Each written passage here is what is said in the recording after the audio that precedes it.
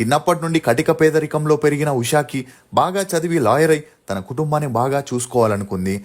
అలా తను inter second year చదివేటప్పుడు ఉషా తండ్రికి కరెంట్ షాక్ కొట్టి మృతి చెందడంతో ఉషాకి మరియు ఆమె తల్లికి విషయం తెలిసి ఆకాశం తలపై వచ్చి పడినట్లయింది. అయినా కూడా ఉషా తల్లి తన కూతుర్ని బాగా చదివించాలని, తనకి వచ్చిన పరిస్థితి వారికి రాకూడదని ఇంటి పనులు వంట పనులు చేస్తూ కుటుంబాన్ని నెట్టుకొచ్చింది. అలా డిగ్రీ సెకండ్ ఇయర్ చదివేటప్పుడు ఉషా తల్లికి కిడ్నీ ప్రాబ్లమ్స్ వచ్చి ఏ పని చేయలేక మంచాన పడడంతో ఇంటి బాధ్యతలన్నీ పెద్ద కూతురైన ఉషా పైనే పడ్డాయి.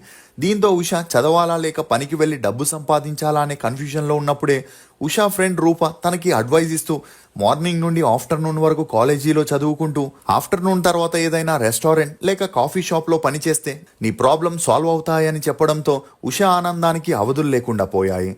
అలా మొదట్లో ఉషా ఒక రెస్టారెంట్లో పనిచేస్తూనే BA డిగ్రీని పూర్తి చేసింది. కానీ అలా వచ్చే డబ్బులు తన ఖర్చులకి సరిపోకపోవడంతో డిగ్రీ సర్టిఫికేట్తో ఏదైనా జాబ్ని వెతకాలనుకుంది. ఇక అలా ఎక్కడ వేకెన్సీస్ ఉన్నా అప్లై చేస్తూ ప్రతి ఒక్క ఆఫీస్కి ఇంటర్వ్యూకి వెళ్ళినా తన క్వాలిఫికేషన్కి ఎక్కడా జాబ్ దొరకలేదు.